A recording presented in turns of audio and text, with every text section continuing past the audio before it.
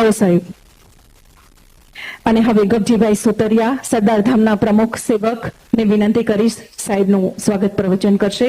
પ્રધાન સેવક અને પ્રમુખ સેવકના મળતા ગુણ વિશે એક જ લીટીમાં કહીશ.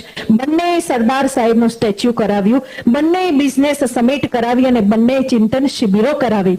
આવો આદરણીય શ્રી ગગજીભાઈ સોતરિયા સ્વાગત પ્રવચન કરશે.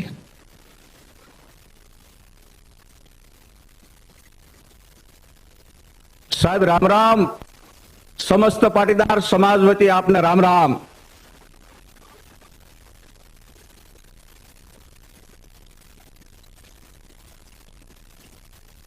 सरदार धाम आयोजित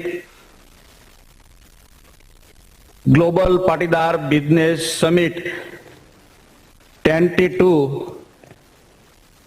एग्जीबिशन ना आजना उद्घाटक एवं अध्यक्ष श्री एक भारत श्रेष्ठ भारतना प्रणेता नवा भारतना दीर्घदृष्टा स्टेच्यू ऑफ यूनिटी द्वारा लोह पुरुष सरदार वल्लभ भाई पटेल ने साची श्रद्धांजलि और वीरांजलि अर्पण करता एवा गुजरातना पनोता पुत्र भारतना यशस्वी तेजस्वी राजस्वी तपस्वी एवा प्रधानमंत्री आदरणीय आपना नरेंद्र भाई मोदी साहेब नु सरदार धाम ट्रस्ट वती हृदयना उमळकाथी खूब खूब स्वागत करू छू ने अभिवादन करू छू साहेब आपनो.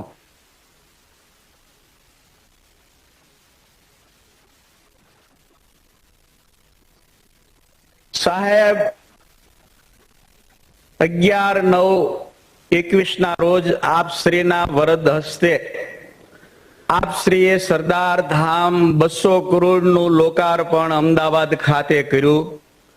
बीजी ज मिनिटे 200 करोड़ नु दीकरीओ ने 1 रुपया ना टोकन ऊपर व्यवस्था माटे 200 करोड़ नु आपना वरद हस्ते भूमिपूजन कर्यु. ये साहेब मारे एटले आपने याद अपावવું છે કે 6 મહિનામાં અમે તમને પાટીદાર સમાજે સરદાર ધામના માધ્યમથી બીજી વખત તસદી આપી છે ને તમે આવવાનો અમને આશીર્વાદ આપવાનો રાજીપો વ્યક્ત કર્યો એ બદલ ખૂબ ખૂબ ગર્વ અનુભવીએ સાહેબ. વિશેષ એ લોકાર્પણ વખતે અને શિલાન્યાસ કન્યા છાત્રાલયનો કર્યો સાહેબ. આપના આશીર્વાદ પછી અમારા એસઆરકે વાળા ગોવિંદભાઈએ ₹5 કરોડ બીજા આપ્યા. ई वखते अमरा सौजीभाई धोळकिया पद्मश्री शिलान्यास में बीजा 5 करोड़ साहेब एम के उद्घाटन कर्यु भूमिपूजन कर्यु मारे 5 करोड़ आपवा साहेब श्री आप त्यारे आप उपस्थित थवाना हता सरदार धाम परिवार ने आशीर्वाद आपवा माटे एक्जिबिशन ना उद्घाटन प्रसंगे. तो अहींया अमारे घनश्याम पटेल छे भंडेरी सीडी डायमंड नु मोटू काम छे. आप प्रगट आपना आशीर्वाद लेवा माटे अमारा घनश्याम भंडेरीए सरदार धाम सूरत में बने माटे 11 करोड़ रुपया आप्या. अमारो घनश्याम भंडेरी उभो थाय घनश्याम. अने साहेब आपणी वच्चे आत्मीयता धरावता मारा भाणेज मुकेश पटेले ₹5 करोड़ आप्या. मुकेश साहेब एमने मुकालाल कहे छे मारा भाणेज. અને એવી જ રીતે અપુ જેમ્સ વાળા દિયાળભાઈ આ વાતથી પ્રેરિત થઈને ₹5 કરોડ આપ્યા. દિયાળભાઈ જેને લખાવાના હોય તૈયાર થઈ જજો સાહેબ આશીર્વાદ આપે છે. ऐसा मौका ना मिले दोबारा. साहेब मारे ये कहेवानुं हतुं के आपना उपस्थिति मात्र पाटीदार समाज नहीं सर्व समाज ने 6.5 करोड़ ना भाई बहनों ने खूब उत्साहित प्रोत्साहित करे छे. अपना मार्गदर्शन में नवा भारत ना निर्माण में युवा शक्ति ना सर्वांगी विकास में देश और दुनिया साथे ताल मिलावा माटे दुनिया में आर्थिक साम्राज्य से एवा यहूदी समाज नी बरोबरी करवा माटे आपनु सपनु सजावा माटे पाटीदार समाज आपनी हारे कटिबद्ध ने संकल्पबद्ध छे. એનું સરદાર ધામ ટ્રસ્ટ વતી હું આપને વચન આપું છું. સાહેબ, આપ શ્રી 2007 આપ શ્રીએ વાઇબ્રન્ટ સમિટ ની શુભ શરૂઆત કરેલી. એમાંથી સરદાર ધામે પ્રેરણા લઈને 18 મહાત્મા મંદિર ખાતે સમિટ કરી, 2020 હેલિપેડ ગ્રાઉન્ડ ખાતે સમિટ કરી અને અત્યારે વાપીથી તાપી ક્યાંય વિકાસ ન રહે બાકી સમગ્ર દક્ષિણ ગુજરાત મુંબઈથી લઈને સમગ્ર ગુજરાતને જોડવા માટે 18 અને 20 સમિટ કરી હતી. એનાથી ડબલ સમિટ મોટી આપના આશીર્વાદ અને માર્ગદર્શન દ્વારા અને સરકારની 38% સાજેદારી સાથે આ સમિટ સફળ થઈ રહી છે.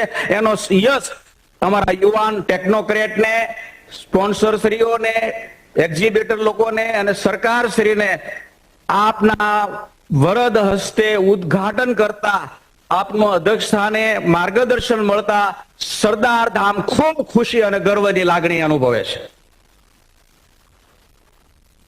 સાહેબ, તેવી રીતે આપ વાઇબ્રન્ટ સમિટ એક ને એક વર્ષે ગુજરાત સરકાર કરે છે, એવી જ રીતે સરકારે 17 આપણે 18 સરકારે 19 20 સરદાર ધામે, 21 તો ન થઈ શકી કોવિડના હિસાબે, 22 સરદાર ધામ, 23 રાજ્ય સરકાર, 24 રાજકોટ ખાતે આવી ગ્લોબલ સમિટ કરવાના છે અને 26 સાહેબ તમારે અમારી હારે આવવાનું છે નેતૃત્વ લઈને ગ્લોબલ પાટીદાર બિઝનેસ સમિટ ડંકે કી ચોટ પર આપના આશીર્વાદ સાથે અમેરિકામાં આપણે કરવાના છે. એમાં સાહેબ તમને પધારવા માટે આગોતરું આમંત્રણ પાઠવીએ છીએ. સાહેબ, આપે સમય કાઢીને ખૂબ ઉપસ્થિત રહ્યા, સમયસર અને અમને માર્ગદર્શન પૂરું પાડવાના છે. આપ તો ખૂબ અઘરું કામ છે. તમે જે અઘરું કામ કરો છો દેશને ચલાવવાનું, બધાને સાથે રાખીને ચાલવાનું, એમાંથી પાટીદાર સમાજ સરદાર ધામ પ્રેરણા લે છે કે પૈસા માગવા બહુ અઘરું કામ છે. કોઈ પાસે લેવાના ન હોય અને લખાયા પછી માગવા અને માગ્યા પછી વ્યવસ્થા ઉભી કરી, વ્યવસ્થા ઉભા કર્યા પછી પરિણામ આપવું અને 5મું કામ છે સબકો સાથ લેકર ચલના, સુનના और संभालना और समझना. એ 5 કામ કઠિન છે, પરંતુ સરદાર સાહેબના વિચારોથી અમે પ્રેરણા લઈએ છીએ, આપના માર્ગદર્શનથી અમે પ્રેરણા લઈએ છીએ. તો આપ આશીર્વાદ આપો. પાટીદાર સમાજ 21મી સદીમાં જ્ઞાન વિજ્ઞાન ટેકનોલોજી સદીની અંદર આગામી સમયમાં દેશ અને દુનિયા સાથે તાલ મિલાવી શકે. માત્ર ને માત્ર સરદાર ધામનું એક લીટીમાં સાહેબ વિશ્લેષણ કરવું હોય તો એમ કહી શકાય કે સરદાર ધામ વેપાર, ઉદ્યોગ ને નોકરીનું પ્લેટફોર્મ પૂરું પાડે છે. તો આ સરકારશ્રીની સંકલન દ્વારા લગભગ 70 કરોડની જગ્યા આપણને કપાતમાં બાદ મળી છે. આ વખતે 42% સરકારની આ ગ્લોબલ સમિટમાં ભાગીદારી મળી છે. એ માટે સરદાર ધામ પરિવાર વતી ખૂબ ખૂબ રાજીપો વ્યક્ત કરું છું. સાહેબ, આપ સમય લઈને પધાર્યા એ બદલ સરદાર ધામ પરિવાર વતી આપનો ખૂબ ખૂબ હૃદયપૂર્વક આભાર માનું છું. આપના માર્ગદર્શન દ્વારા આગામી સમયની અંદર ખૂબ અમે સારું કામ કરવા માટે કટિબદ્ધ અને સંકલ્પબદ્ધ છે. અને સરદાર ધામના ઔદ્યોગિક વેપારી મિત્રોએ નક્કી કર્યું છે કે પોતાનો ધર્માદો 10% અને CSR 2% યુવા શક્તિના સર્વાંગી વિકાસ માટે સર્વ સમાજને હારે લઈને જવાનું છે. એ માટે ખૂબ સંકલ્પ લીધો છે. આપ આશીર્વાદ પાઠવો, માર્ગદર્શન આપો. ધન્યવાદ સાહેબ. જય હિન્દ, વંદે માતરમ. થેન્ક યુ સાહેબ.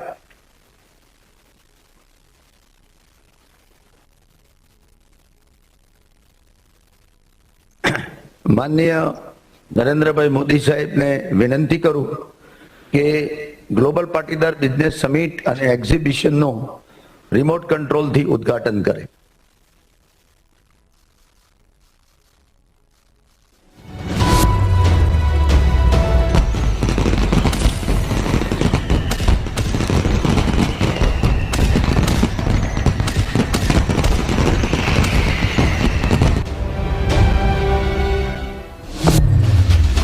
જ્યારે એક વિચાર વિઝનનું સ્વરૂપ લે ત્યારે સાકાર થાય છે સપનાઓ. સરદાર પટેલે પણ કંઈક આવું જ સપનું જોયું હતું ભારત માટે. સમાજ નિર્માણથી રાષ્ટ્ર નિર્માણના આવા જ લક્ષ્ય સાથે બીજ રોપાયું હતું સરદાર ધામનું. અને સરદાર ધામ મિશન અને વિઝન 2026 અંતર્ગત સમાજના સર્વગ્રાહી વિકાસ માટે 5 લક્ષ્ય બિંદુઓ નક્કી કર્યા. જ્યાં એક તરફ પાટીદાર સમાજના યુવાન બાળકોના ભણતર ગણતર અને ભવિષ્ય ઘડતર માટે શ્રેષ્ઠ સુવિધાઓ અને અદ્વિતીય આયોજનોને આકાર આપવામાં આવ્યો અને નિર્માણ પામ્યું સરદાર ધામ અજોડ ભવન. ત્યાં બીજી તરફ ગુજરાતના તત્કાલીન મુખ્યમંત્રી અને વડાપ્રધાન શ્રી નરેન્દ્રભાઈ મોદીએ આપેલા વાઇબ્રન્ટ ગુજરાતના વિચારને આર્થિક વિકાસના ભાગરૂપે સરદાર ધામે નવી દિશામાં લઈ જવાનું નક્કી કર્યું. वाइब्रेंट गुजरात समिट के जरिए जो शुरुआत कभी गुजरात ने की थी, ग्लोबल पाटीदार बिजनेस समिट उन लक्ष्यों को आगे बढ़ाएगी. पाटीदार समाज की तो पहचान ही रही है, ये जहां कहीं भी जाते हैं वहां के व्यापार को नई पहचान दे देते हैं. आपका ये हुनर अब गुजरात और देश में ही नहीं पूरी दुनिया में पहचाना जाने लगा है. लेकिन पाटीदार समाज की एक और भी बड़ी खूबी है, ये कहीं भी रहे भारत का हित आपके लिए सर्वोपरि रहता है. સમાજ નિર્માણથી રાષ્ટ્ર નિર્માણ સર્વોપરીના આ જ મંત્ર સાથે પ્રમુખ સેવક ગગજી સુતરિયા અને સમગ્ર ટ્રસ્ટીગણ દ્વારા પાટીદાર ઉદ્યોગપતિઓ અને સર્વ સમાજના ઉદ્યોગ સાહસિકોને ગ્લોબલ પાટીદાર બિઝનેસ સમિટના માધ્યમથી એક મંચ પર લાવવા માટે વર્ષ 2018 થી મહાત્મા મંદિર ગાંધીનગર ખાતેથી શરૂ કરવામાં આવ્યું ગ્લોબલ પાટીદાર બિઝનેસ સમિટ. દર 2 વર્ષે આયોજિત થતું આ સમિટ પાટીદાર સમાજની નવી પેઢી માટે બન્યું સફળતાની એક નવી દિશા. વર્ષ 2018 અને 2020માં ગાંધીનગર ખાતે આયોજિત સમિટની સફળતા બાદ ફરી એકવાર ગુજરાતના ઔદ્યોગિક હબ તરીકે ઓળખાતા સુરત ખાતે આયોજિત થઈ રહ્યું છે ગ્લોબલ પાટીદાર બિઝનેસ સમિટ 2022, જ્યાં 12 થી વધુ ચાવીરૂપ બિઝનેસ સેક્ટર્સના 950 થી વધુ સ્ટોલ્સ બનશે એક્ઝિબિટર્સ માટે સફળતાની સીડી. 30,000 સ્ક્વેર મીટરના ભવ્ય એક્ઝિબિશનમાં પ્રદર્શિત 30,000 થી વધુ ઉત્પાદનો ભવિષ્યના ભારતની ડિમાન્ડ માટેની સપ્લાય ચેઇન બનશે. કારણ કે B2B મીટિંગ્સ જોડશે ઉદ્યોગપતિઓને અને એક્ઝિબિટર્સને નવા ડિસ્ટ્રીબ્યુટર્સ સાથે. દેશ વિદેશથી આવનારા પ્રતિનિધિઓ અને ઉદ્યોગપતિઓની સાફલ્ય ગાથાઓ યુવા ઓન્ટરપ્રિનર્સને જોડશે મોટિવેશન સાથે, જેનાથી સાકાર થશે આત્મનિર્ભર ભારત બનાવવાનો સંકલ્પ. કારણ કે મહેનતનો કોઈ પર્યાય નથી અને પાટીદારોની સફળતાનું રહસ્ય એમની સાહસિકતા સાથે વ્યાપાર ક્ષમતા છે. અને આ ઉદ્યોગ રત્નો છે પાટીદારોની સફળતાના સાથીદાર. કારણ કે જેમ પહેલા કીધું એમ,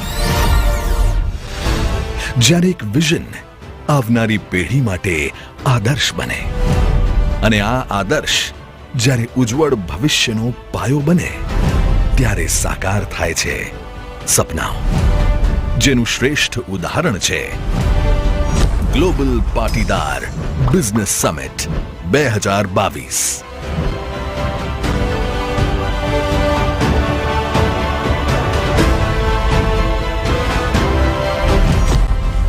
જય સરદાર, જય હિન્દ.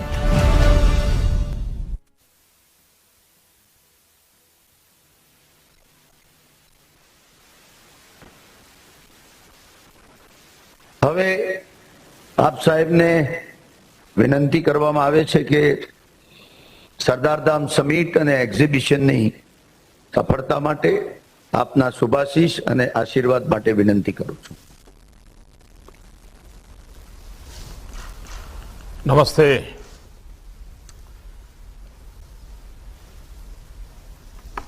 गुजरात के लोकप्रिय मुख्यमंत्री श्री भूपेंद्र भाई पटेल, केंद्रीय मंत्रिमंडल के मेरे सहयोगी मनसुख भाई पुरुषोत्तम रूपाला, अनुप्रिया जी, गुजरात भाजपा के अध्यक्ष CR पाटिल, सरदार धाम के प्रमुख सेवक श्री गगजीभाई सुतरिया, पाटीदार समाज के सभी वरिष्ठ जन, देश विदेश से आए सभी अतिथिगण, उद्योग जगत के साथी, देवी और सज्जनों, वैसे आज का कार्यक्रम ऐसा है कि गुजरात की सरकार और गुजरात भारतीय जनता पार्टी पूरी तरह आपके बीच होती, लेकिन आज एक कार्यक्रम का क्लैश हो गया। हमारे राष्ट्रीय अध्यक्ष भी आज अहमदाबाद में हैं, तो उनका भी एक बहुत बड़ा कार्यक्रम सभी सांसदों, विधायक और मंत्रियों के साथ है। तो मैंने कहा चलिए मैं जा रहा हूं मैं सवाल लूंगा तो वो सब दुविधा में थे, लेकिन मैंने उनसे कहा कि मैं जाऊंगा, आप चिंता मत कीजिए, आप अपना कार्यक्रम करते रहिए। मुझे खुशी हुई, बहुत सारे परिचित चेहरे मैं मेरे सामने देख रहा हूं। हम सब जानते हैं कि दुनिया के सबसे तेजी से विकसित हो रहे शहरों में एक शहर सूरत है, और आप सब आज सूरत में बैठ करके नए संकल्प ले रहे हैं। आप सबका बहुत बहुत अभिनंदन। कुछ महीने के अंतराल में सरदार धाम से जुड़े साथियों, देश दुनिया में गुजरात और भारत के गौरव को बढ़ाने वाले आप सभी बहनों भाइयों को फिर से मुझे मिलने का मौका मिला है। ये गुजरात के प्रति और भारत के प्रति हमारे साझा संकल्पों, साझा प्रतिबद्धता का ही प्रमाण है। साथियों, देश को जब नई नई आजादी मिली थी तो वो आजादी के प्रारंभिक दिन थे, और उस समय सरदार साहब ने जो कहा था, और उन मुश्किल भरे हालात में सरदार साहब के शब्दों की ताकत देखिए। उन्होंने कहा था, भारत में संपदा की, वेल्थ की कोई कमी नहीं है, हमें बस अपने दिमाग, अपने संसाधनों को इनके सदुपयोग के लिए लगाना होगा। मैं कहता हूं कि आजादी के मुकाबले में आने वाले 25 सालों के लिए जब हम एक संकल्प के साथ निकले हैं, तो सरदार साहब की इस बात को हमने कभी भूलना नहीं चाहिए।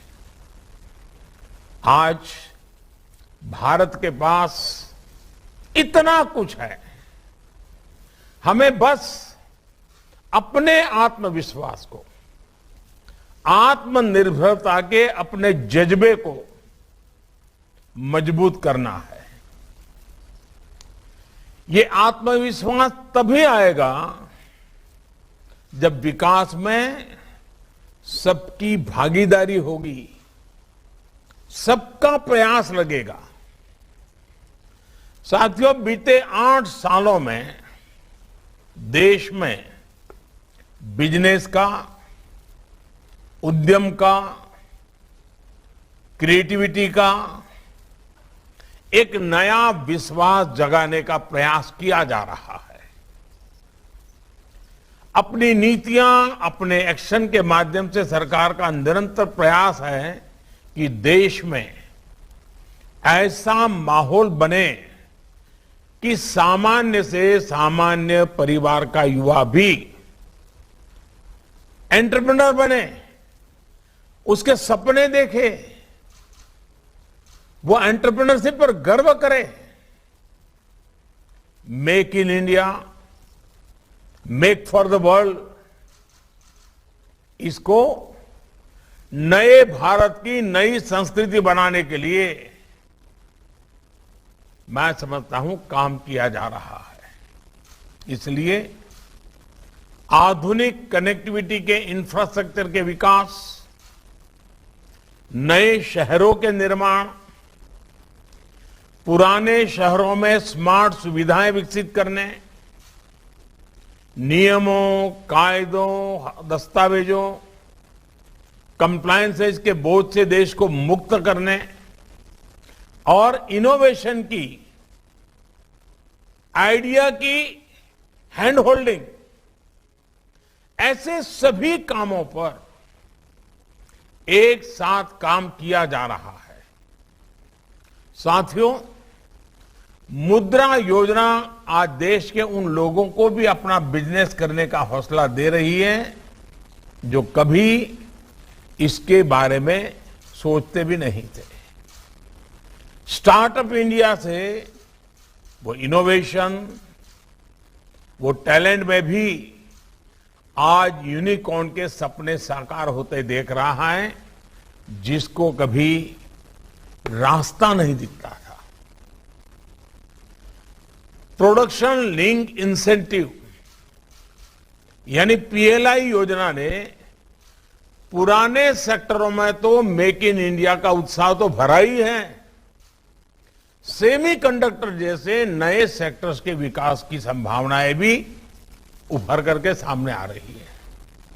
अब देखिए, कोरोना काल की अभूतपूर्व चुनौतियों के बावजूद देश में एमएसएमई सेक्टर आज तेजी से विकास कर रहा है। लाखों करोड़ रुपए की मदद देकर एमएसएमई से जुड़े करोड़ों रोजगार बचाए गए और आज ये सेक्टर नए रोजगार का तेजी से निर्माण कर रहा है। यहां तक कि रेहड़ी ठेले जैसा बहुत छोटा व्यापार कारोबार करने वाला देशवासी भी आज भारत की ग्रोथ स्टोरी से अपने आप को जुड़ा महसूस करता है।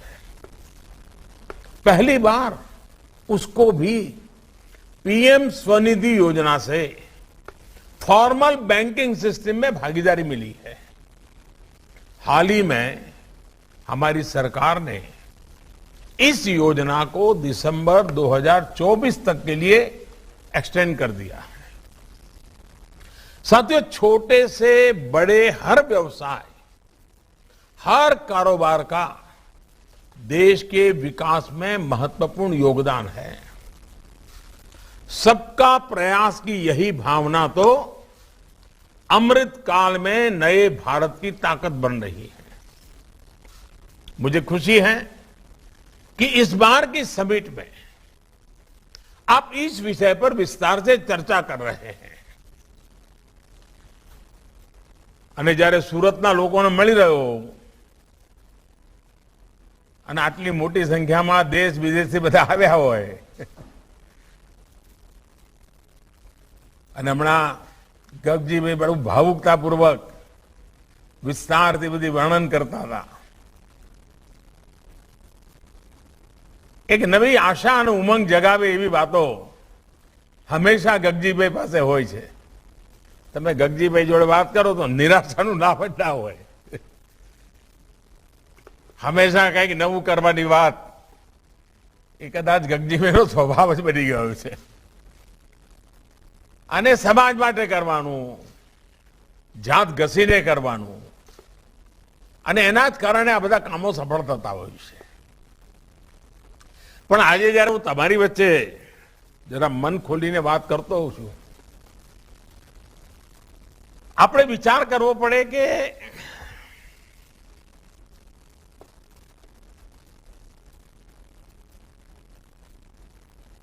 માત્ર જમીનો લેવી અને વેચવી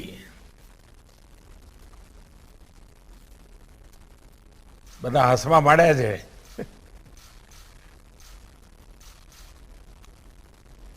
કોઈ એ કામ કરે મને વાંધો નથી,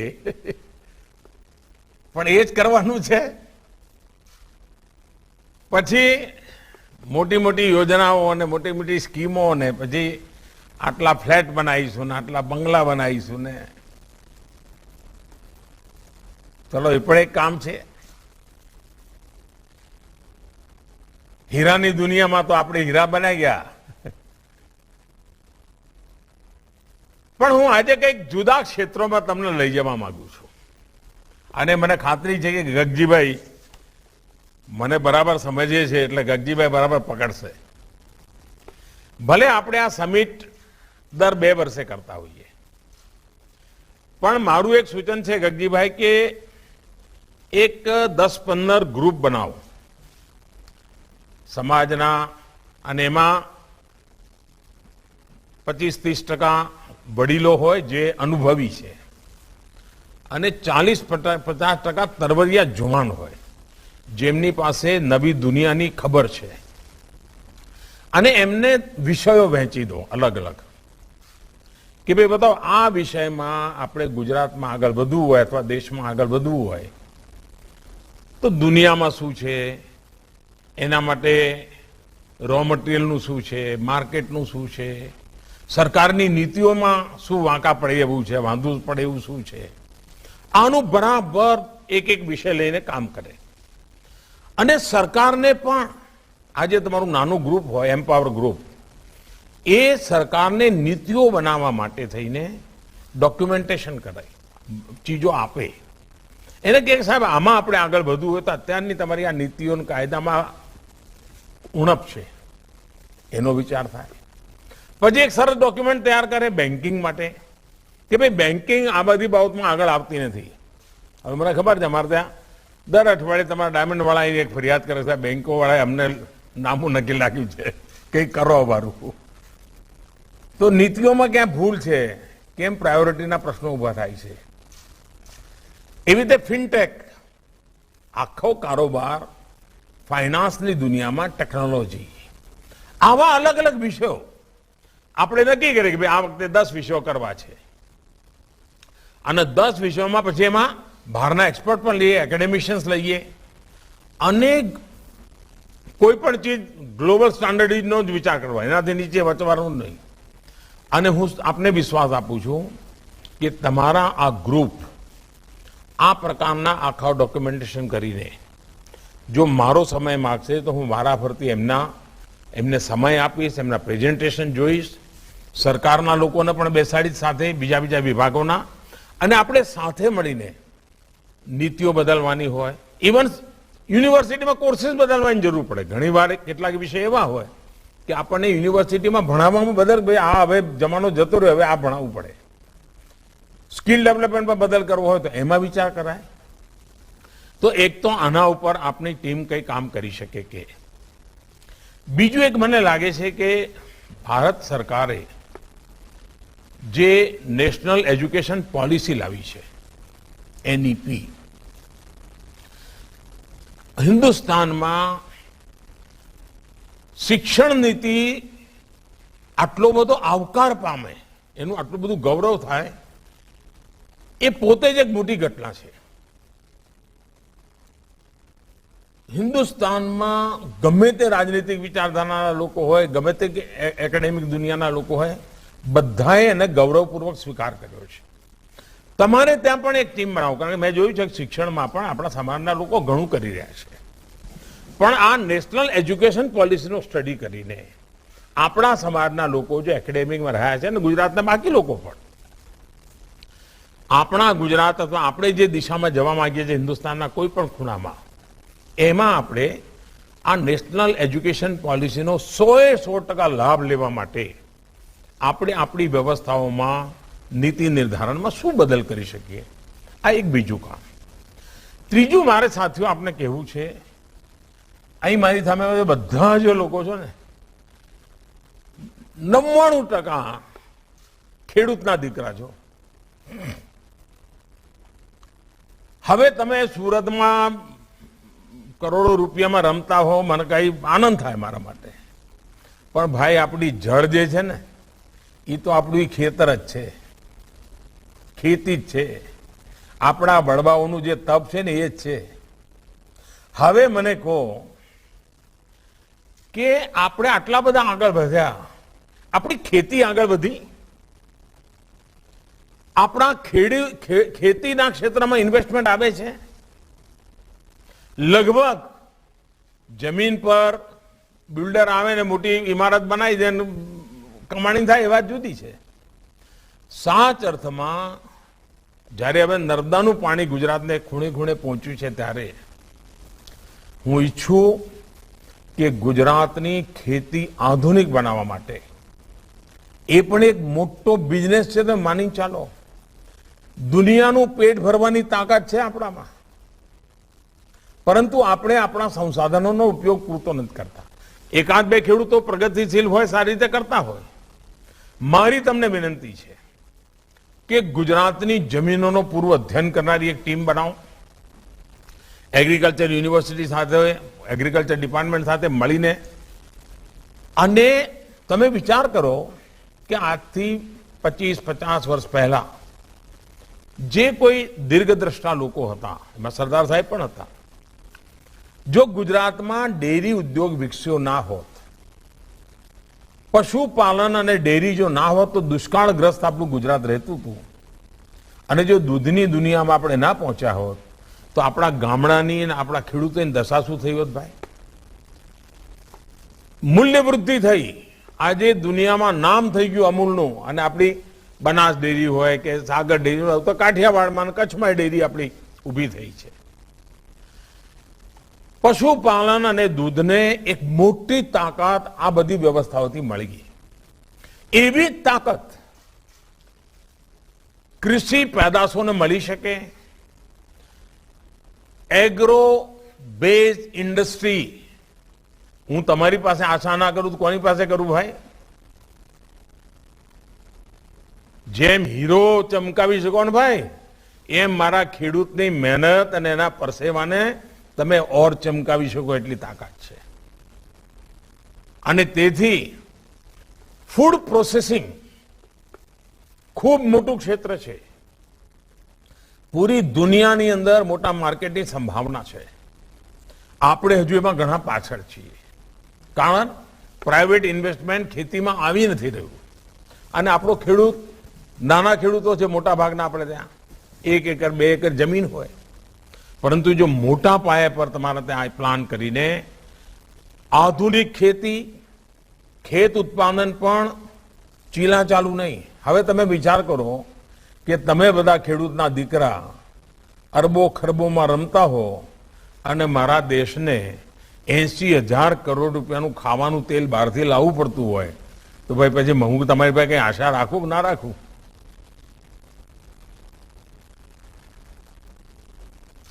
આપણે આ બદલાવ લાવી શકીએ કે ના લાવી શકીએ? આત્મનિર્ભરની વાત કરીએ તો ખાલી ડાયમંડમાં થોડું આત્મનિર્ભર થવાનું હોય ભાઈ. અને એટલા માટે ફૂડ પ્રોસેસિંગ ભારત સરકારની એફપીઓની યોજના બની છે. નાના નાના ખેત ઉત્પાદન વાળાના સંગઠનો, ખૂબ પૈસા ભારત સરકાર આપે છે. આપ વિચાર કરો કેટલું મોટું ક્ષેત્ર છે. એ જ રીતે તમને ખબર છે કે ઓર્ગેનિક ઉત્પાદ તમે પણ તમારામાંથી 90% બજારમાં ખરીદવા જતા હશો તો 4 વાર જોતા હશો લેબલ ઓર્ગેનિક છે ભાઈ. કેરી ખાવા લેવા જાવ તોય ઓર્ગેનિક જોવો તમે. હવે તો ઘરમાં આપણી બધી માતાઓ બહેનો પણ ઓર્ગેનિક લાયા છે એમ કહેતા હોય. જમવા બેસાડો તો કહે કે હા આજે શાકભાજી ઓર્ગેનિક છે, અમારે તો ખાવ જરા એમ કે. હવે જો આ આકર્ષણ આપણા ઘરના ડાઇનિંગ ટેબલ સુધી પહોંચ્યું હોય, તો આપણે હવે આપણા સદનસીબે ગુજરાતના ગવર્નર આચાર્ય દેવવ્રતજી સમર્પિત ભાવે પ્રાકૃતિક ખેતીનું અભિયાન ચલાવી રહ્યા છે. ગુજરાતના ખેડૂતોએ પ્રાકૃતિક ખેતીને ગળે લગાવી છે. આપણે એમાં વ્યાપારિક બુદ્ધિથી જોડાઈ શકીએ, નેચરલ ફાર્મિંગમાં. એ જ રીતે જેમ દૂધમાંથી બધી જુદી જુદી પ્રોડક્ટ અને ડેરી ઉદ્યોગ વિકસ્યો, એવી તાકાત ગોબરમાં છે. આપણે ગોબરધન મોટો પ્રોજેક્ટ ભારત સરકારે નક્કી કર્યો છે. તમે બધા ઉદ્યોગકારો, તમે જે જિલ્લામાંથી આવો છો, એ જિલ્લામાંથી જેમ ડેરીનું આખું મોડેલ છે, એવું ગોબરધનનું મોડેલ બનાવી શકો. અને એમાંથી ગેસ ઉત્પાદન થાય, ગેસનું ઇન્ડસ્ટ્રીમાં વેચાણ થાય, અને એમાંથી પ્રાકૃતિક ખાતર તૈયાર થાય, એ પણ લોકોને જાય. આપણે ત્યાં ઉમરેઠમાં એક પ્રોજેક્ટ છે, હમણાં મેં મારે ત્યાં કાશીમાં, જ્યાં હું એમપી છું, ત્યાં બનાવ્યો છે. આપણે ત્યાં બનાસ ડેરી એ સરસ બનાવ્યું છે. આ બધા ખેતી સાથે જોડાયેલા છે, એ આપણે કરી શકીએ. આપણી એક સપનું છે ગુજરાતમાં કે આપણો અન્નદાતા ઉર્જાદાતા બને. ખેતી, ખેતર અને ઉદ્યોગ. શા માટે આપણા ખેડૂતને ગાઈડ ના કરી શેઢાની જમીન બે પડોશી જોડે ઝઘડા ના એટલે 2 મીટર જમીન આપણી બરબાદ થાય છે. ઓલો એ વાડ કરે ને આ એ વાડ કરે, 2 મીટર જમીન બરબાદ થાય છે. એના ઉપર ખાલી સોલાર પેનલ લગાવીને આપણા ખેડૂતોને અન્નદાતા, ઉર્જાદાતા બી બની શકે, આપણું ગામડું સમૃદ્ધ થઈ શકે. ગુજરાત સરકારે નીતિ બનાવેલી છે, ખેડૂતો વીજળી ઉત્પાદન કરે તો એને ખરીદવાની નીતિ બનાવેલી છે. પણ આમાં તમારે ઉદ્યોગ જગતના લોકોએ જોડાવવું પડે, આપણી યંગ જનરેશનને જોડાવવું પડે.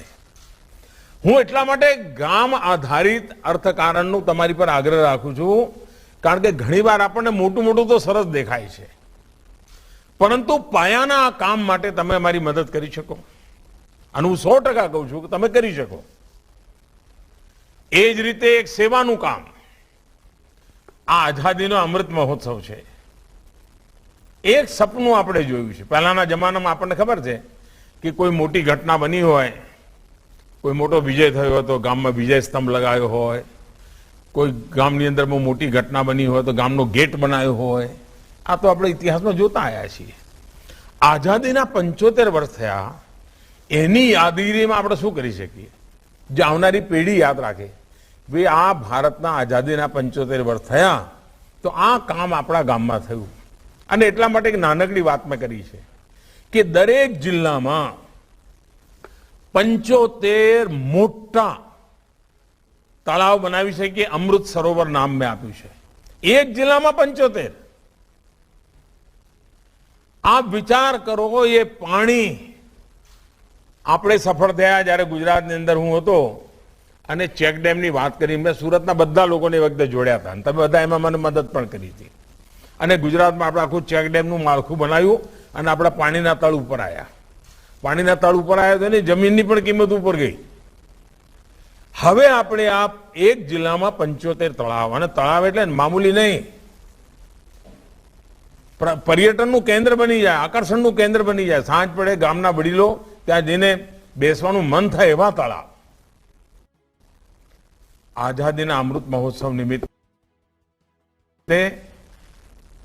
75 તળાવ એક જિલ્લામાં, 5 જિલ્લા, 10 જિલ્લા, 15 જિલ્લા તમે દત્તક લઈ શકો. અને આ 15મી ઓગસ્ટ પહેલા કંઈક કરી બતાવી શકો. તમને થશે કે અમે તો અહીંયા કારખાના નાખવાની વાત કરતા હતા, મોદી સાહેબ તો પાછા જ્યાંથી આવ્યા હતા ત્યાં મોકલે છે. મૂળ એ જ તાકાતવાળું છે ભાઈ. આપણે આજે જે ફૂલા ફાલ્યા છીએ ને એનું કાળ પેલી જડો આપણી મજબૂત હતી. એ જડો સુકાઈ ન જાય એને મજબૂત કરવા માટે આપણે કંઈક વિચાર કરી શકીએ. અને આમાં પણ ટેકનોલોજી છે, આમાં પણ આધુનિકતા છે, આની અંદર પણ દુનિયાના બજારને કબજે કરવાની તાકાત છે. ક્વોલિટી ખેત પેદાશો અને ફૂડ પ્રોસેસિંગ ખૂબ મોટી શક્તિ ધરાવે છે. એવું જ હમણાં મેં ગુજરાતમાં આયુર્વેદનું એક મોટી સમિટ મેં કરી. દુનિયામાં ભારતના આયુર્વેદની માંગ વધી રહી છે, કોરોના પછી વધી છે. મેં જોયું છે કે કેટલાક જવાનિયાઓ આયુર્વેદના ક્ષેત્રમાં સરસ સ્ટાર્ટઅપ ઉભા કર્યા છે. આપણે આખા ક્ષેત્રની અંદર પહોંચીને દુનિયામાં હોલિસ્ટિક હેલ્થકેરની જે ચર્ચા ચાલી છે એની અંદર આપણે નેતૃત્વ લઈ શકીએ. એટલા બધા ક્ષેત્રો છે સાથીઓ કે સાચ અર્થમાં સુરત કે અમદાવાદ કે વડોદરા કે ભાવનગર જેવા મોટા શહેરોની બહાર જઈને પણ આપણે એક નવું આર્થિક સામ્રાજ્ય ઊભું કરી શકીએ. અને હું તમને બધાને બીજી વિનંતી કરું છું કે હવે જે કરવું છે નક્કી કરીએ કે મોટા શહેરોમાં નથી કરવું. મને યાદ છે જ્યારે મેં જ્યોતિગ્રામ યોજના લાવ્યો, 24 કલાક વીજળી. હવે તમારે ત્યાં ઘણી વાર અમારી વિરુદ્ધમાં બધા ઝંડા લઈને કેટલા છોકરાઓ નીકળે છે, એમને ખબર નહીં હોય કે પહેલા અંધારામાં કેમ દિવસો કાઢતા હતા. અત્યારે મુર્દાબાદ મુર્દાબાદ કઈ નીકળી પડતા હોય તમારા જ છોકરાઓ. એમને કહો કેવા દિવસો આપણે કાઢ્યા હતા અને ક્યાંથી નીકળ્યા. મને યાદ છે કે જ્યારે જ્યોતિગ્રામ યોજના આવી, 24 કલાક વીજળી મળવાનું શરૂ થયું, તો સુરતની અંદર હીરાની ઘંટી અને 25 લોકો એક નાનકડી ખોરડીમાં રહેતા હતા. એમને તો હવે વીજળી મળે જ છે તો આપણે ભાવનગર જિલ્લામાં કે અમરેલી જિલ્લામાં જઈને ઘંટીઓ કેમ ના નાખીએ? અને મોટા ભાગના લોકોએ ગામડામાં જઈને ઘંટીઓ નાખી ઘરનું પણ કામ કરે, ખેતી કરે, ઘરડા મા બાપને હાચવે અને ઘરમાં નબળો પડે લીરા ઘસે. આવક થઈ કે ના થઈ? ફાયદો થયો કે ના થયો? આ બદલાવ જે આવ્યો, 24 કલાક વીજળી મળી અને ગુજરાતના ગામડામાં હીરાની ઘંટી લઈ ગયા. તમે જ બધા લઈ ગયા અને મારી સામે, મારી આંખો સામે બધું તમે આ કરેલું છે. અને હું એના માટે તમારા જેટલા વખાણ કરતો હતો ઓછા હતા. એટલે આજે કહું છું કે હવે તમે નક્કી કરો કે ગુજરાતના જે મોટા 15-20 શહેરો છે ને એમાં નહીં, એના પછીનું જે શહેર છે એમાં કામ શરૂ કરવું છે. એક તો ઇન્વેસ્ટમેન્ટ નો બચત થશે, જમીન સસ્તી મળશે, મકાન સસ્તા મળશે, માણસ સસ્તા મળશે અને ગુજરાત ફેલાશે, વિકાસનો દાયરો ફેલાશે. અને હવે સમય છે 25 કે 30 એવા નાના નાના શહેરો પકડીએ આપણે અને એને ધમધમતા કરીએ. આજથી 30 વર્ષ પહેલા સુરતમાં કોણ નામ દેતું હતું ભાઈ? આગળ જતું રહ્યું નહીં. આવી જ રીતે આ નાના નાના શહેરો મારે વિકસાવવા છે. એ શહેરોની બગલમાં જ નવા શહેરો બની શકશે.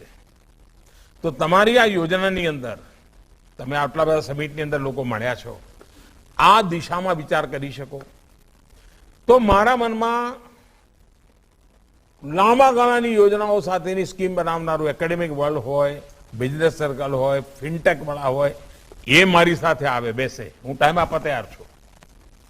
કારણ મને ખબર છે, મને તમારામાં ભરોસો છે અને હું તમને કામ એટલા માટે સોંપું છું કે મને ખાતરી છે કે ભલે 8-10 કંઈક તો 2 રહી જશે પણ 8 તમે જ કરશો, બીજું કોઈ કરવાનું નથી. એટલે જ તમને કહું છું ભાઈ, તમે જે દાડ કહેશો કે મોદી સાહેબ હવે નથી કરવાનો તો હું બોલવાનું બંધ કરીશ. પણ તમે કરો છો હું કહેવાનો, તમે ના કરો તો ના કહું. અને આ તમારે સાંભળવું એટલા માટે પડે છે કે તમે કરો છો. મેં આજ સુધી તમને જેટલું કહ્યું બધું તમે કર્યું છે અને જયારે તમે કરતા જ હોય તો ભાઈ કહેવાનું મન પણ થાય. અને એટલે મારી અપેક્ષા છે દોસ્તો કે એક નવા વિશ્વાસ સાથે અને વૈશ્વિક, હવે આપણે નાનું કશું કરવું નથી ભાઈ, પાછળ વળી જોવું નથી. એક નવા તરફ હું માનું છું કે આપણા જવાનીઓ, તમે એક સારું કામ કર્યું છે કે આપણા પરિવારના ત્રીજી પેઢી જે છે એ છોકરાઓ સરસ ભણવામાં પણ હવે જગેવા નહીં રહે છે. તમારે ત્યાં ઘણા ટાબરિયાઓ મને મળવા આવતા હોય છે, મને આનંદ થાય છે એમને મળવું. તો તદ્દન નવા વિચારો લઈને આવે છે, નવું કરવાના મૂળ સાથે આવે છે. શિક્ષણમાં પણ નવું શીખવાની વૃત્તિવાળા બાળકો છે. આ મોટી એસેટ છે આપણી. એને ધ્યાનમાં રાખીને આ સમિટને આપણે આગળ લઈ જઈએ તો 2 વર્ષે ભલે મોટી સમિટ કરીએ પણ દર વચ્ચેનું જે 1 વર્ષ હોય એમાં પેલા જે ગ્રુપ બનાયા હોય એની વચ્ચે વિચાર કરીને આપણે આગળ વધીએ અને 8 કે 10 ચીજો પકડીએ, એમાં છાઈ જવું છે. પછી 2 વર્ષ પછી બીજી 10 ચીજો પકડીશું. તો મને ખાતરી છે તમારી આખી ટીમ નવું વિચારનારી છે, આગળનું વિચાર કરનારી છે, ટેકનોલોજીનો સદુપયોગ કરનારી છે. મારી તમને ખૂબ શુભેચ્છાઓ છે. તમારા બધા વચ્ચે મળવાની વાતો કરવાનો મોકો મળ્યો એટલે જે મનમાં આવતું ગયું બધું કહેતો ગયો છું. એમાં જેટલું પકડાય એટલું પકડજો. એ આવજો. રામ રામ બધા.